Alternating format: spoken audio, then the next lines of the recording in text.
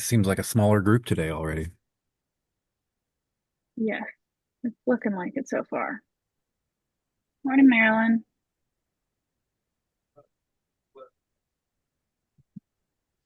Good morning.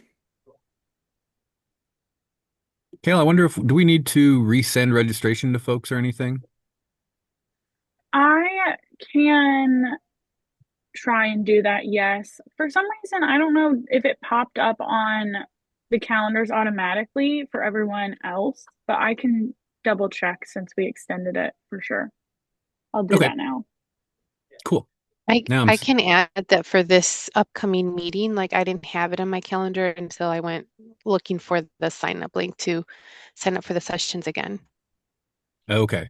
Might be a good idea, Mikhail, if we just I think Larry and Michelle and I can probably send you our contact lists, and maybe we'll just send a blast out to everybody to say, hey, in the new fiscal year, let's go ahead and get re-registered for the TA Tuesdays. Perfect. That sounds great. I'll give myself a note for that. Okay, so let's go ahead and get started. Thanks for joining everybody, and we are recording this, so the fact that we don't have everybody in here shouldn't be a huge problem. We will just record it, and folks can check it out later. Give me 1 second. Okay, cool. So before we get started, I just wanted to remind folks, or if you haven't seen it, let you know that I believe last week we sent out some emails announcing some upcoming NoFo preview sessions here in mid to late August. So we are preparing for approval the cycle 2 NoFo to procure grantees for the next 3-year cycle of our workforce programs. And so we plan to go around the state with 3 events in the Chicago region, one in Rockford, one in Springfield, one in the Metro East in Collinsville, and one, I believe, in Carbondale to just preview some of the upcoming changes that will be coming to the NoFo as well as the curriculum framework, so folks have a little chance to prepare before those NoFos come out here late summer, fall. So that we can procure grantees who will be ready to roll on July 1st of 2027. So be on the lookout for that. And if you have not received that, let us know in the chat, and we'll make sure that we send that over to you today so you can start planning. We've got a virtual session on August 12th, where we'll kind of lay out some of the agenda items that we'll discuss at our in-person events. And then those in-person events, I believe they all run between August 20th and August 27th. So be on the lookout for that and let us know if you have not received that.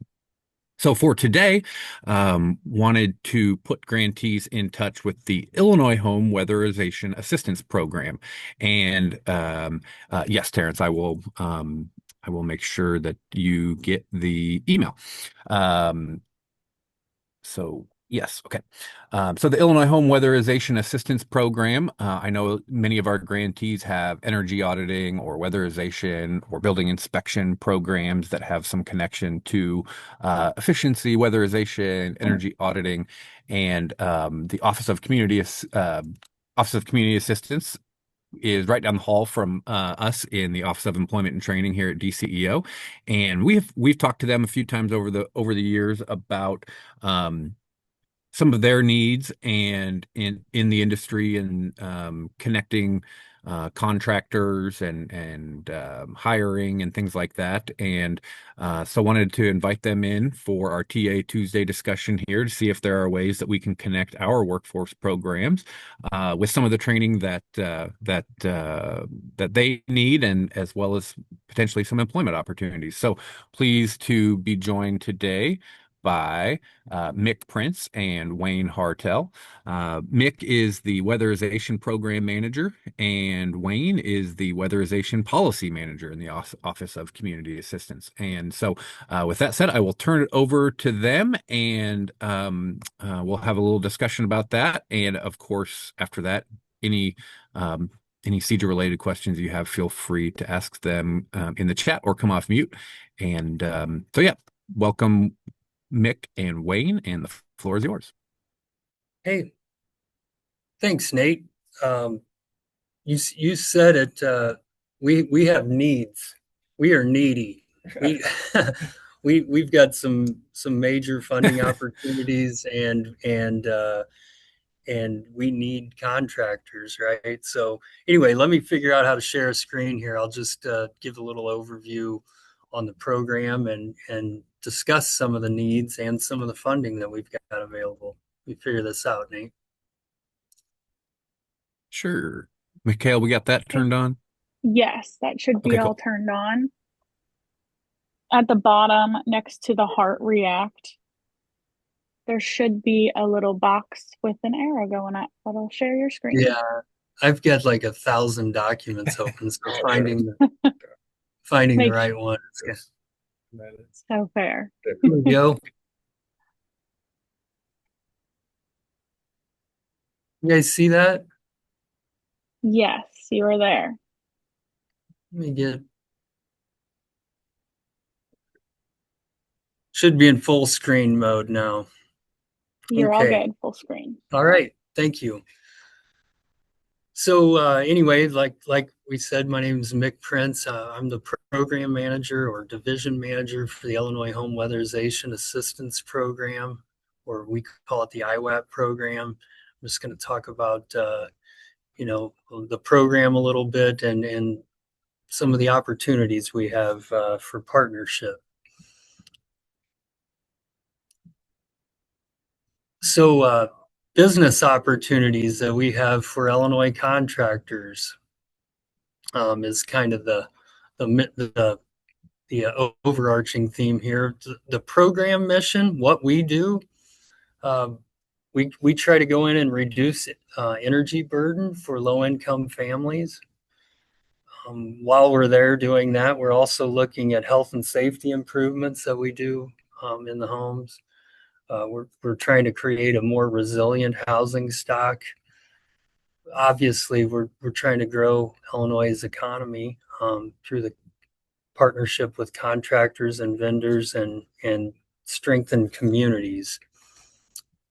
A little bit about the program. We're federally and state funded. The program's been around since 1977. So we're getting on 50 years. And this isn't just an Illinois program either. WAP is a DOE program that's been administered since 1977. It's available in all the states and territories. And anyway, this is a nationwide program. We serve income qualified households. We create a lot of local job opportunities.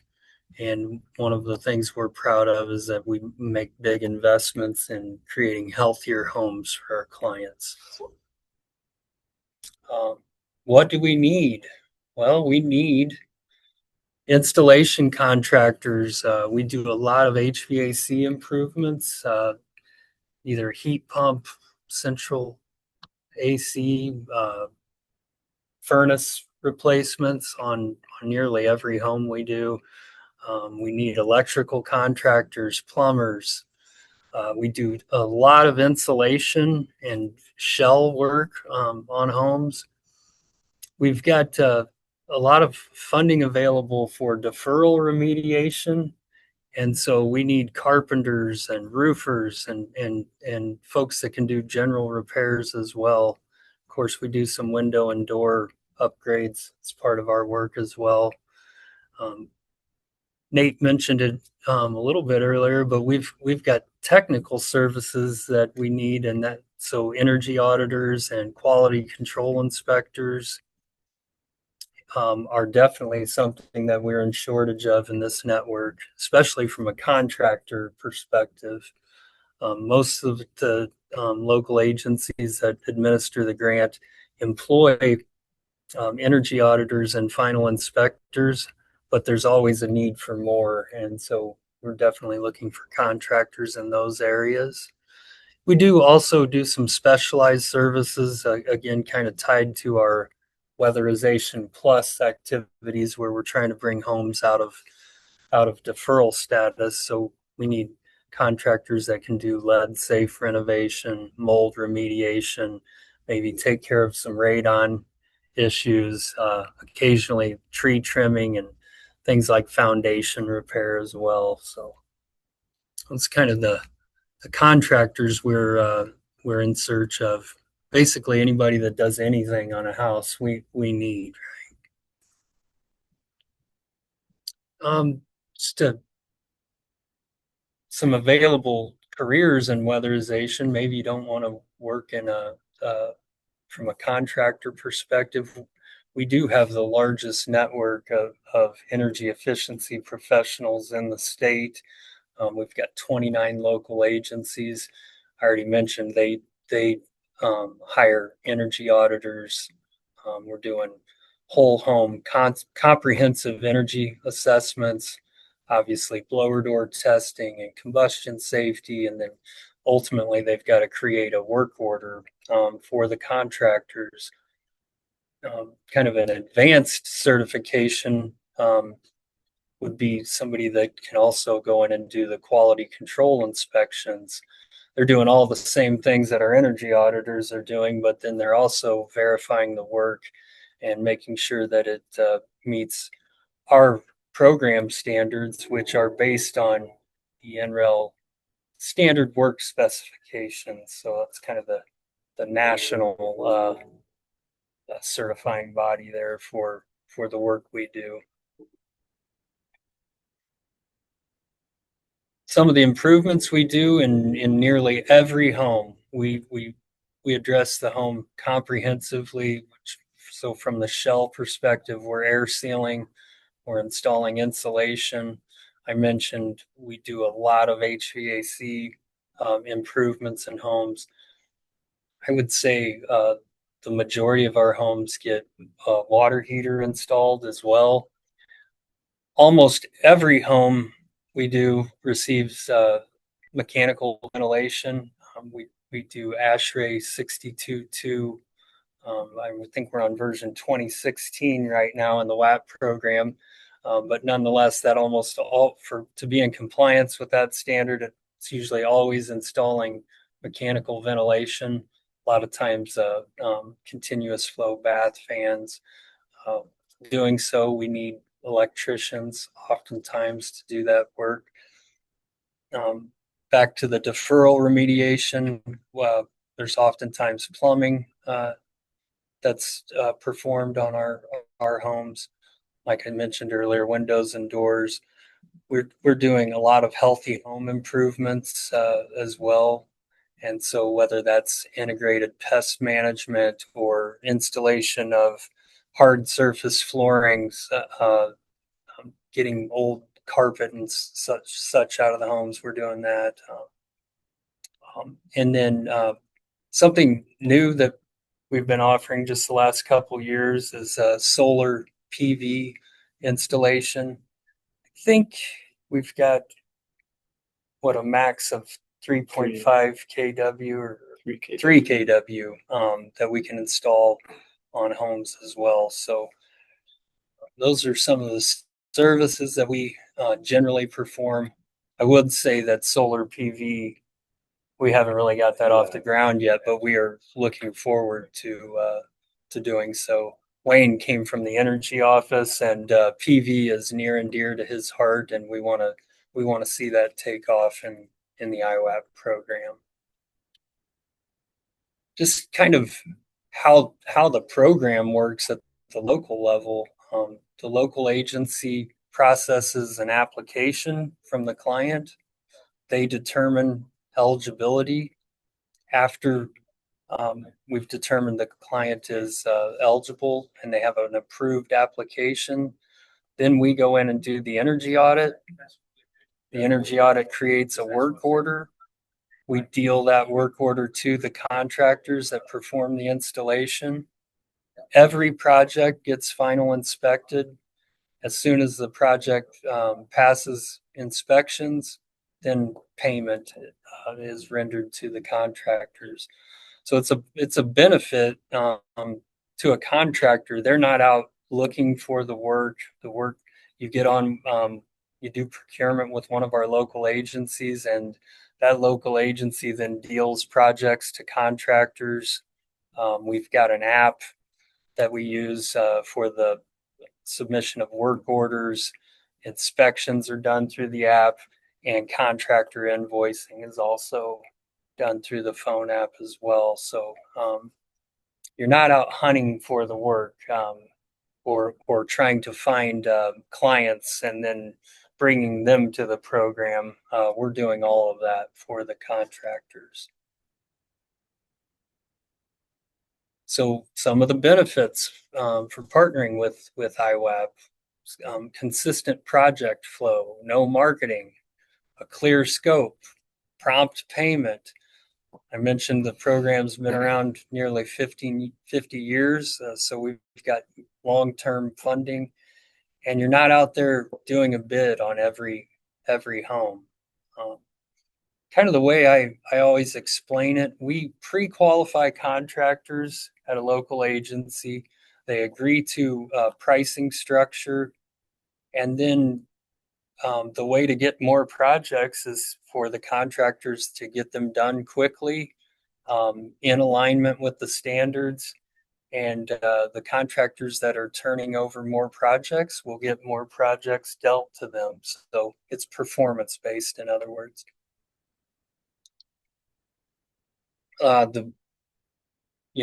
We serve every region of Illinois. We do single family homes. So that could be a single family site built home. It could be a mobile home. It could be an attached single family, so like a duplex or something like that. We also do multifamily. I mean, that ranges from a 2-unit duplex to a 300-unit high-rise building up in Chicago. We've done some massive multifamily projects, and something we're proud of in the last year or so, we've instituted policy mandating multifamily, and we've got nearly all of our local agencies doing some type of multifamily, which is really efficient for contractors and less mobilization there. It's just and it's quite frankly been an underserved housing stock in Illinois. So we're proud of that. And obviously we do urban work, rural work, and I think I mentioned it, but we've got 29 local agencies throughout the state serving all 102 counties in Illinois. Kind of what the projects look like with respect to funding levels. Generally speaking, the energy efficiency work, we've got a up to $20,000 cap on energy efficiency measures, $4,000 for health and safety measures on a project.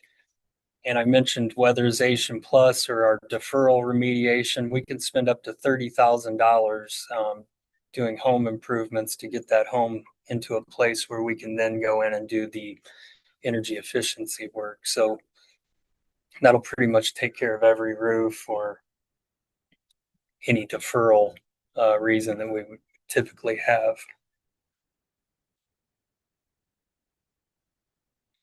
So we're excited to partner with CEJA, and kind of the way we think it could work is CEJA trains the workforce, IHWAP provides the projects and the opportunities, and then working together, we can reduce energy burden and grow those clean energy careers throughout the state.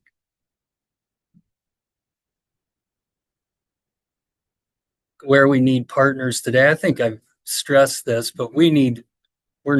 We need HVAC, insulation, energy auditors, final inspectors, and folks that have multifamily experience. We need it all. Right? Yeah. This is the only slide that really matters. This is our funding level over the next 5 years. We've got estimates of $675 million that we're going to need to get expended over the next 5 years. That is a lot of opportunity. And this slide didn't translate to PowerPoint very well, but you can see we've got huge funding amounts. Crosswalk Community Action Agency in Southern Illinois, look, they've got $18.3 million in funding over the next 5 years. CEJA up in Chicago, they receive close to half of our funding. They've got $295 million that needs expended over the next 5 years, and everywhere in between, right? We've got some of the historic funding for the program right now. So tons of opportunity for contractors to work in the IHWAP program. If folks are interested in becoming a contractor, the next steps, contact your local agency. They are doing procurement right now, a lot of folks, and they do procurement throughout the year. So they have a pre-qualification process. You'd have to meet the contractor requirements, finish the procurement with them, and then you're a contractor, you're receiving work orders and growing your business. That's it for me. I would gladly field, let me get this PowerPoint off here. I'd gladly field any questions if anybody has any. How do I stop sharing? There we go.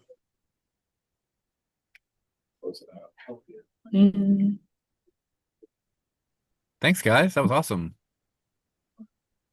Does anybody Mick. have? Diana, got a question for you. Hi, Diana.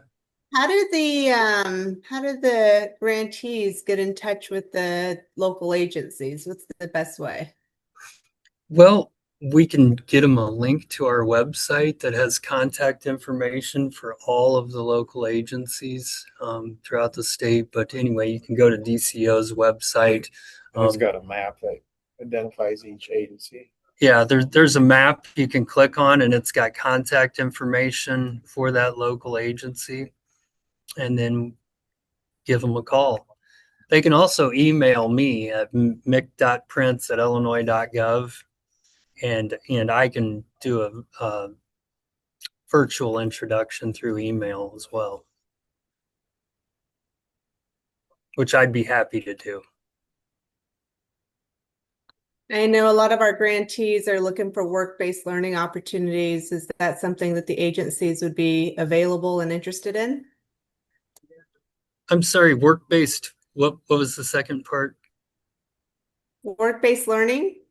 So on the job training and Oh, absolutely. Yeah. We've got an entire curriculum. Like I said, we've been around 50 years. We've got our training center in Champaign, the Indoor Climate Research and Training Center. We have energy auditor training through that training center. We've got contractor training, whether it's HVAC or shell, architectural contractors, we call them. Yeah, we've definitely on the job training opportunities for sure. Hey, Nate. Yeah, go ahead, Theodis. Hey, how you doing? Good morning, everyone. My question to Mick now is there another form? Are we going to get a copy? Is this a video or else information that such navigators and our respective hubs throughout the state can receive this information again?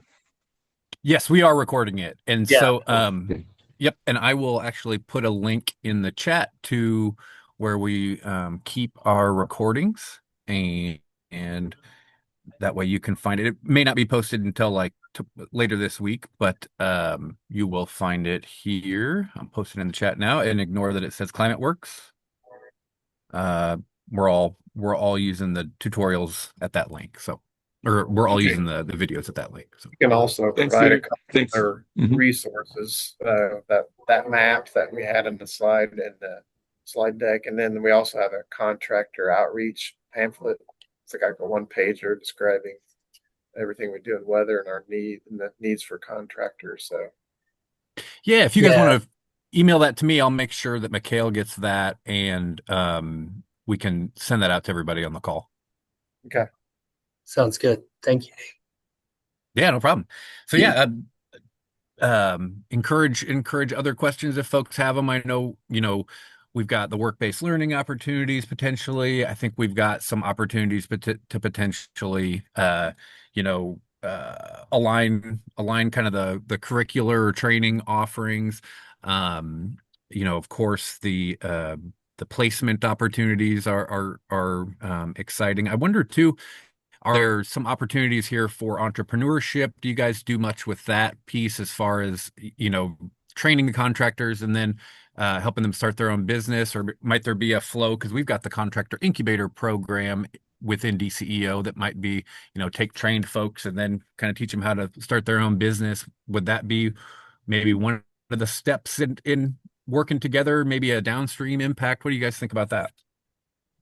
Well, Nate, we don't have the funding for things like that. We don't have the wraparound services, I guess you'd say, but we've got the technical training that where we can get a contractor that's established, trained up, and meet all the training requirements to work in the program. That's Okay. one area. We don't have the wraparound. So it would be a good match to It work with the would incubator. definitely be a good fit to work with CEJA and the incubators that you guys have established. Yeah, because CEJA has some funding for training on the entrepreneurship side. And yeah, you mentioned the wraparound. I think looking at potential co-enrollment situations, looking at kind of what's like figuring out those steps, right? Is it like they're coming through our program and then going to your program, or are there ways to kind of combine forces and it's like they're going through like your training is one of the steps and we can support them throughout with those wraparound supports? I really interested in kind of thinking through that with some grantees as well. Figured out, Nate. We need them. We need. Yeah. Well, we've got our this is our lab, and we got all the scientists here with us. So all the CEJA scientists. What other questions are out there?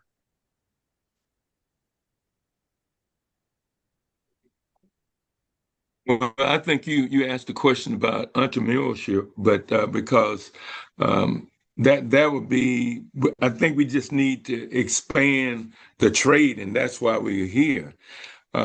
So, just if we can continue to market and make individuals in our respective communities aware of what's transpiring down with Mick and them, I think it would assist everyone.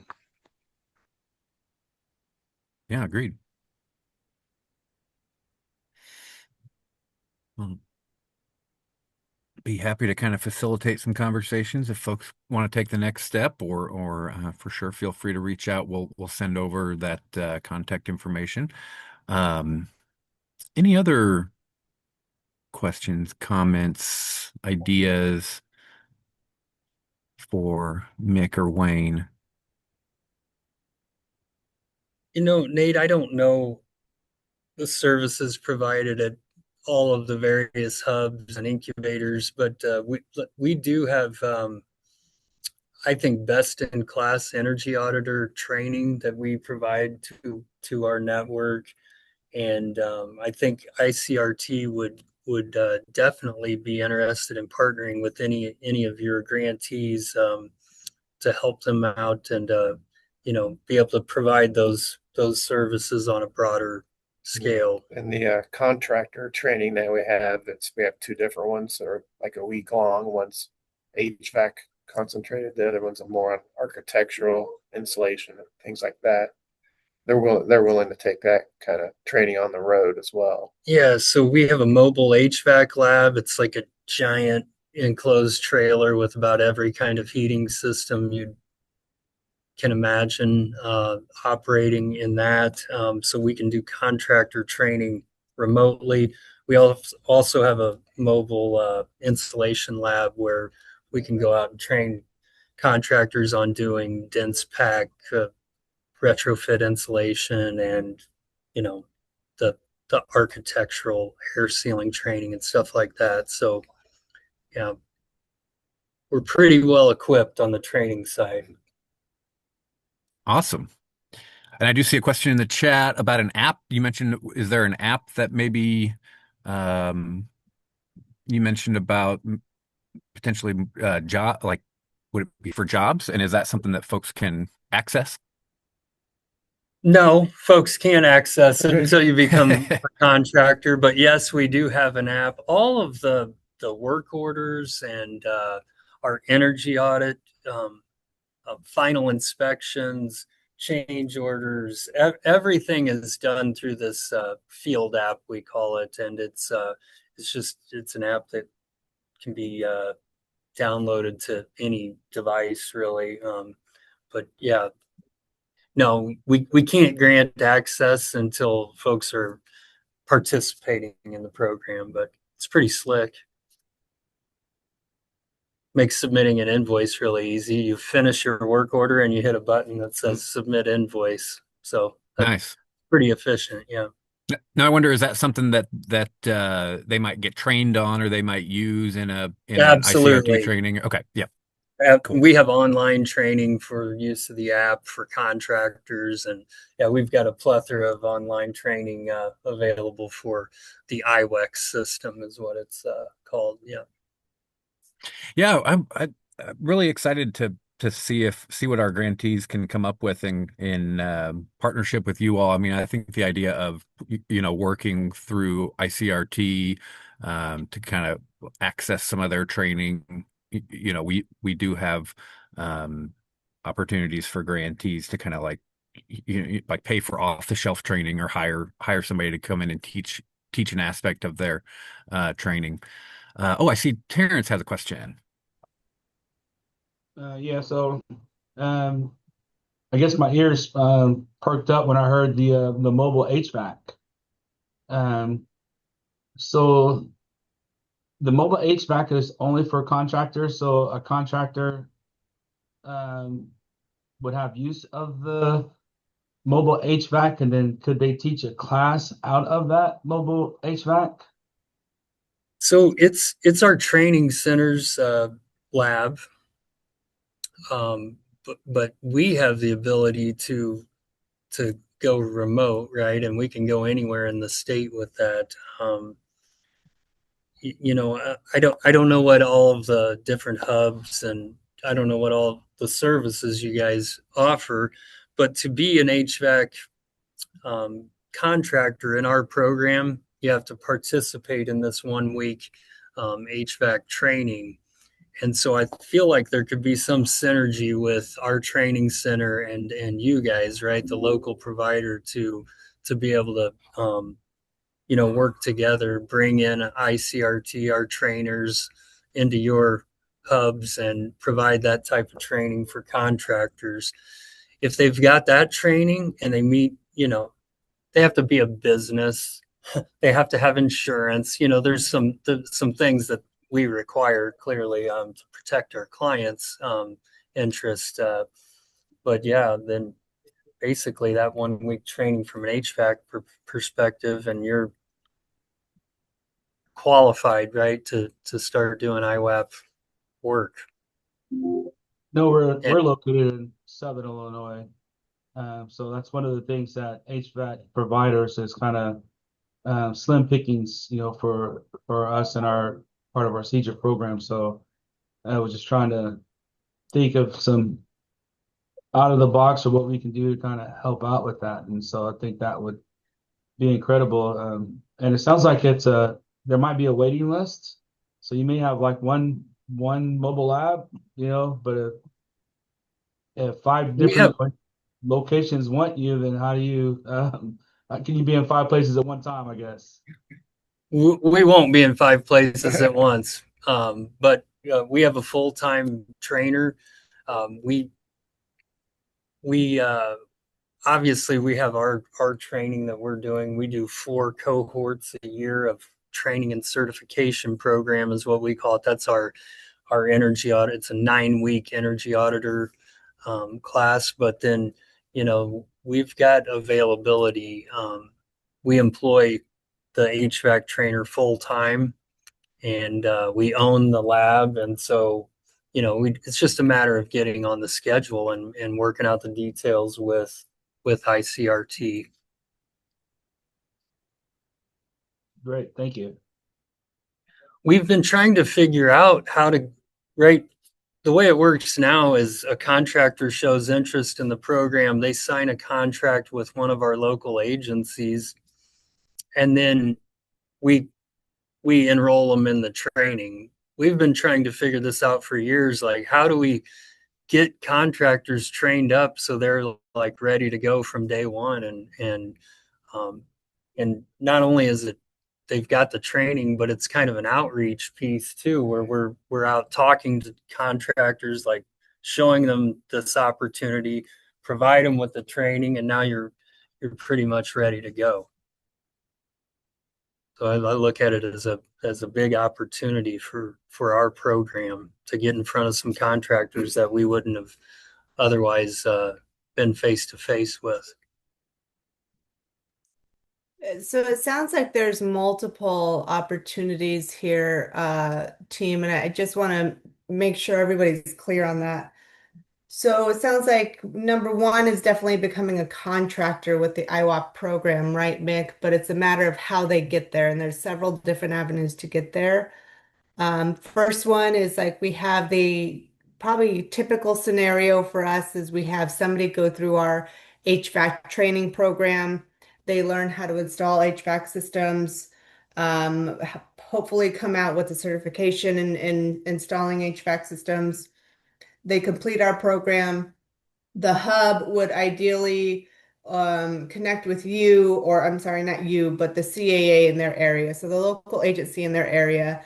They start a conversation with them and ask them, hey, number one, do you have any job opportunities for these candidates? That's one opportunity, right? So they go in and they go straight to working for an agency. Number two is they can go through ICRT and try to work and become a contractor that way.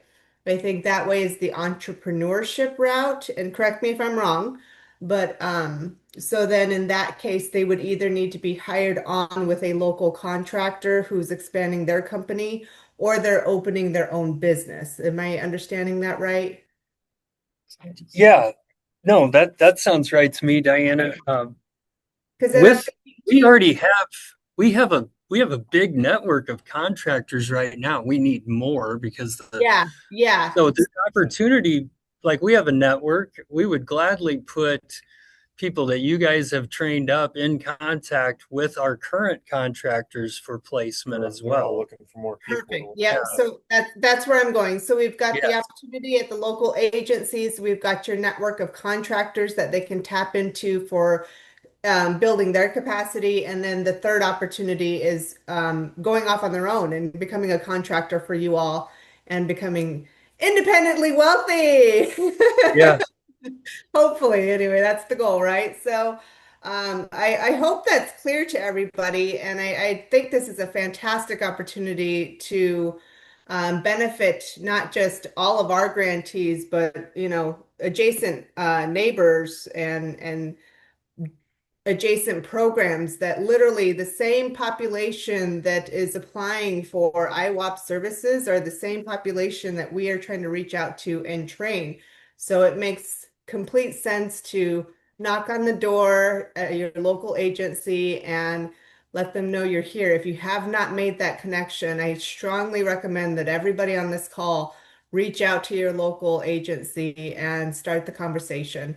And then also, didn't even tap into the opportunities for other internship, and on-the-job training type opportunities with agencies and with the contractors. So there's a lot here. We're just scratching the surface, I think, today, but it's definitely worth deeper conversations at the local level. Diana, I didn't mention it in my slide because I'm here to talk about IWAP, but we also partner with the utilities throughout the state. So in the northern part of the state, we partner with ComEd, NICOR, and People's North Shore. They provide funding on our projects. So we partner with them on the funding for the projects themselves. Downstate, it's Ameren, but those utilities all have energy efficiency programs as well. And so there's opportunity, not just in our program, but we kind of share that space with the utilities. So from a contractor perspective, I know they're looking for contractors just like we are. We're doing joint outreach events downstate with Ameren, right, to find contractors that'll work on our braided IHWAP utility projects. But yeah, there's a lot of opportunity for energy efficiency contractors in Illinois right now. I think that's another great point, Mick, is talking about the utility companies and their contractors. So the utility companies are trying to expand their capacity as well. So their existing contractors and then new contractors into the fold. I think what's important for us to think about, Nate, when we're talking about this stuff and especially the entrepreneurship opportunities, like for me, that's really exciting. If this was me and I was a participant, I would definitely like look at the contractor route and try to open my own business, right? Because you could really, in my mind, see a lot of success here working for the state, working for the utility companies. I think the piece that our agencies, our grantees need to think about, and Nate, we probably need to make sure we're clear on too, as far as policy and procedure, is what can we pay for? So if a participant comes out of our program and they say, I want to go be a contractor and work for myself, um, what does that look like? Like, obviously, I think we've got training covered in one aspect or another, whether it's with us or with Mick and Wayne or with the utility companies to become a certified, utility contractor. There's a couple different pathways there. But in terms of starting a business like that, what resources would they have from us? And then the incubator program, because you can't just start a business without, especially in HVAC, right? Without the equipment to do an energy audit and the money for that. So it's a really exciting opportunity that I think that we can really take advantage of here and really build. So let's think about those and see, what resources we can help people start their own company as well as, get trained and prepare their future. Diane, I feel like this is a marriage made in heaven. You guys It's training not a people. marriage. We're all loving it. You're training people. You're trying to get folks out there to become contractors in this space, and we need all of the things, right, that you guys are providing. So, um, whatever we can do to help your grantees or the folks receiving the training, right?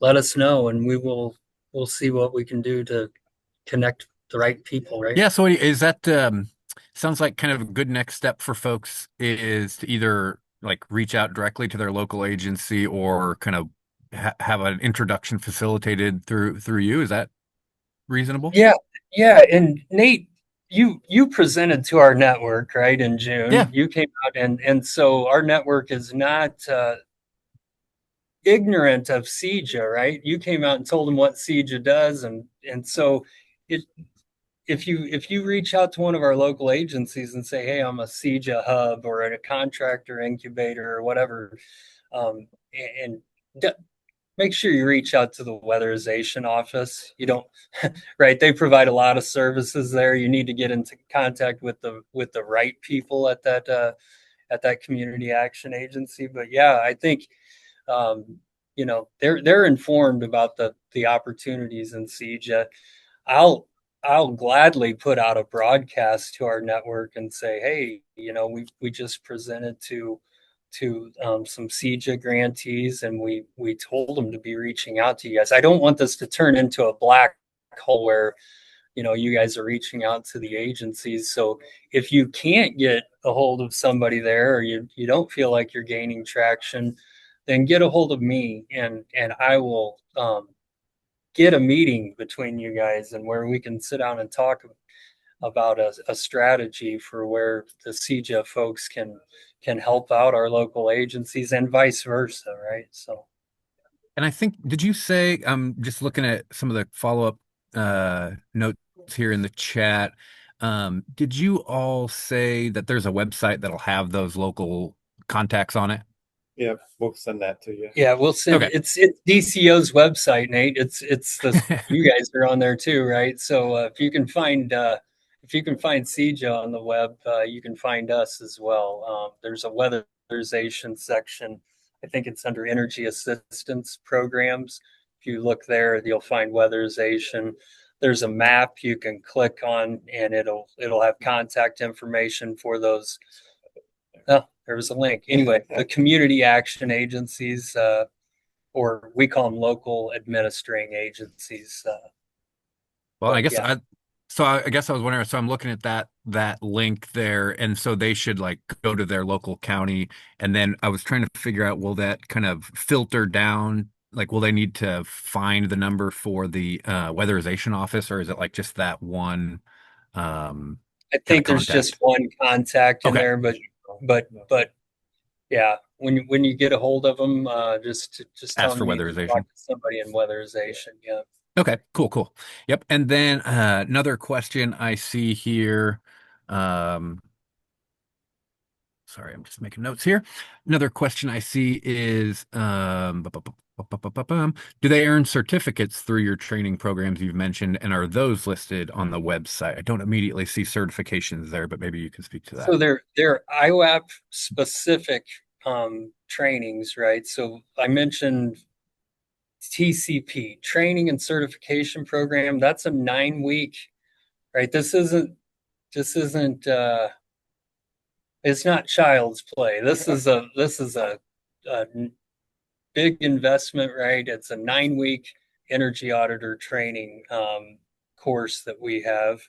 And then after you go through that, you're TCP certified. IWAP, that's an IWAP certification, but it means you can do energy auditing throughout the state for the IWAP program. We've got, right, you can earn a BPI certificate. You can go to a 1 week training class and get a BPI cert. That doesn't mean you're ready to go out and do energy auditing. And so we've got a very detailed training that folks go through. But we also require the BPI certifications as well for energy auditor and Yeah. QCI. Yeah.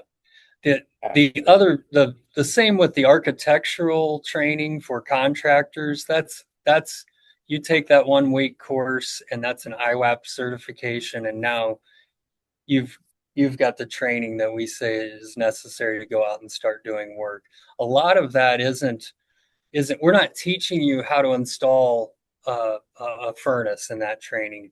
We're teaching you the health and safety testing that you need to do, and things like that to ensure that when we walk out the door that our clients are safe, right? No CO issues, things like that. The venting is venting properly in these homes, etc. So yeah, these aren't national certs. They're just certs that are required to work in the program.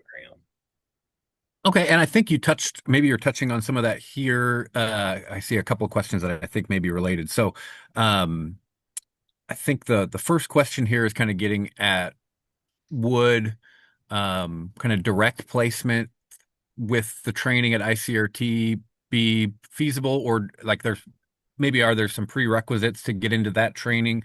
And then I guess are there like testing requirements and things like that? Or like should people have some certification before they get to the ICRT training? We have one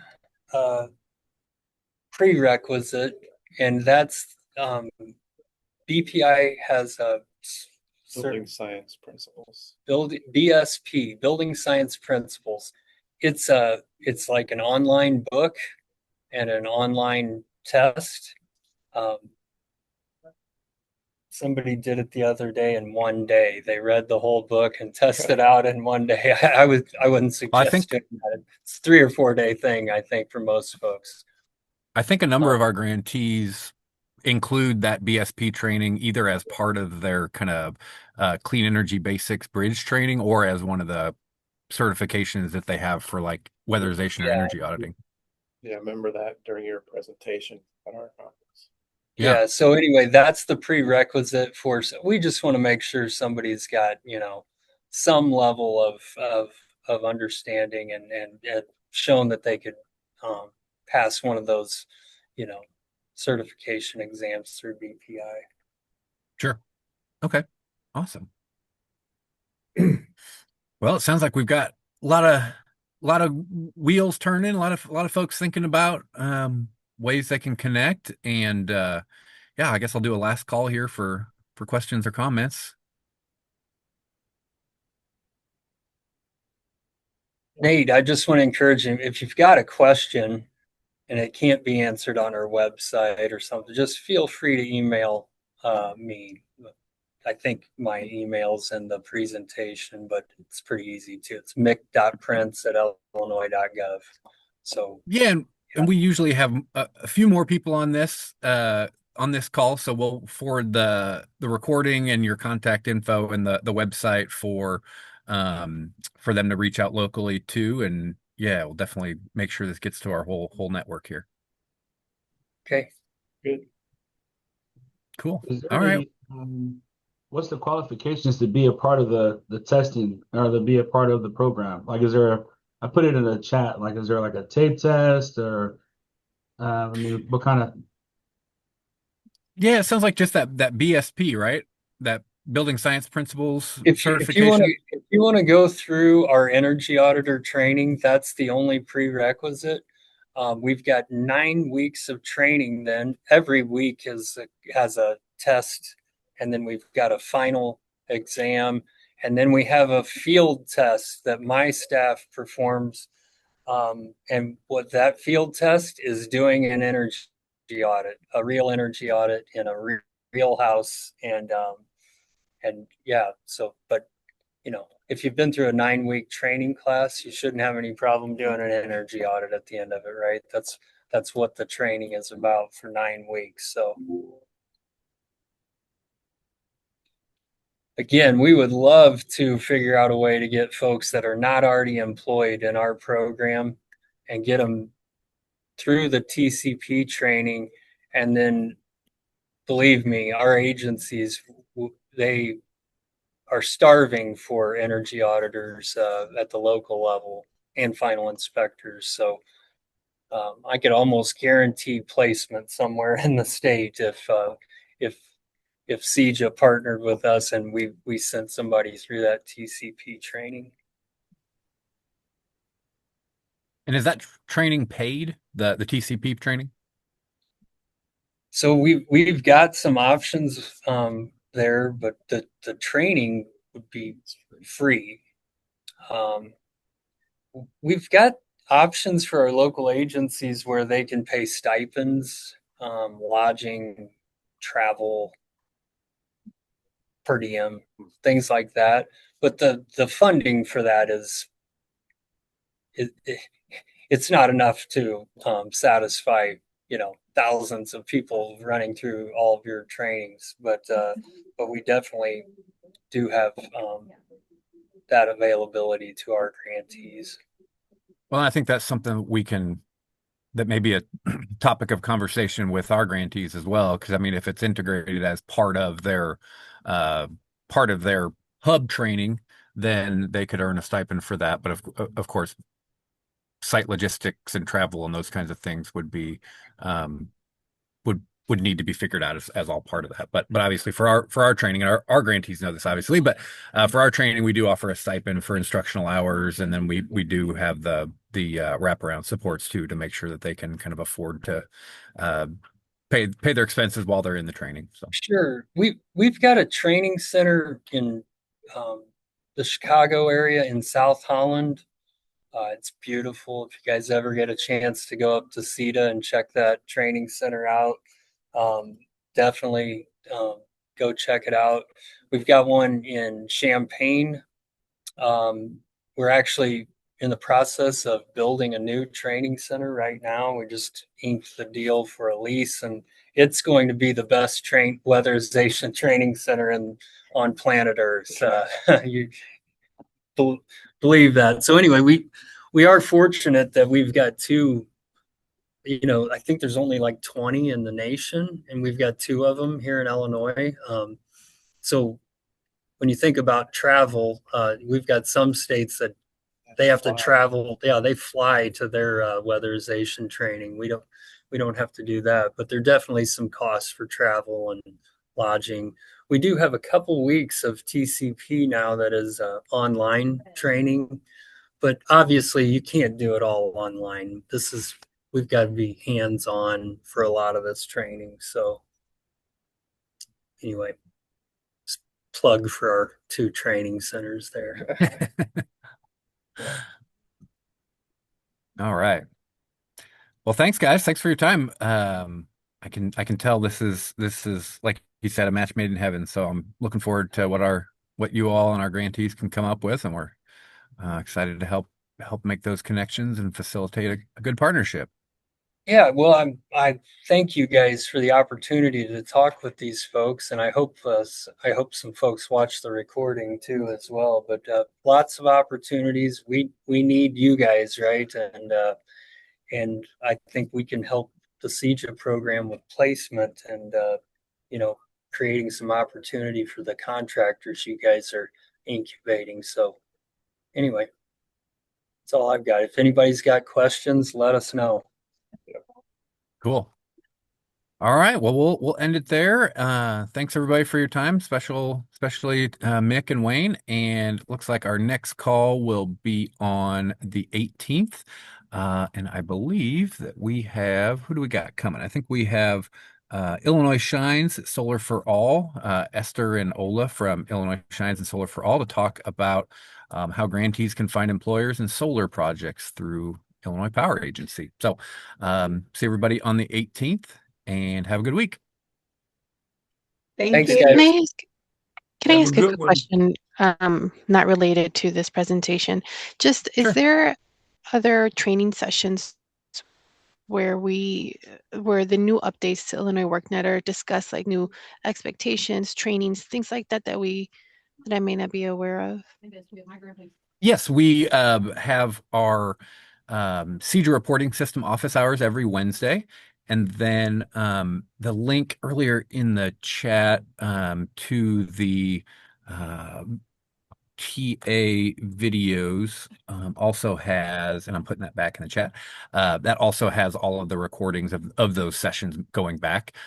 If you go to your partner guide, it has some really quick video, like some pretty brief instructions on some of the major components of that CEJA reporting system. Okay, and then to sign up for these reporting calls, do you have a link for that one? Or is it in this What's one? your email address? I Would you can mind type it putting that in the chat?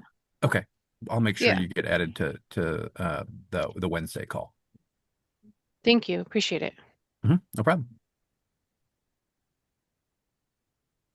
Nate, Got the it. one that you said tomorrow is what's that schedule tomorrow again?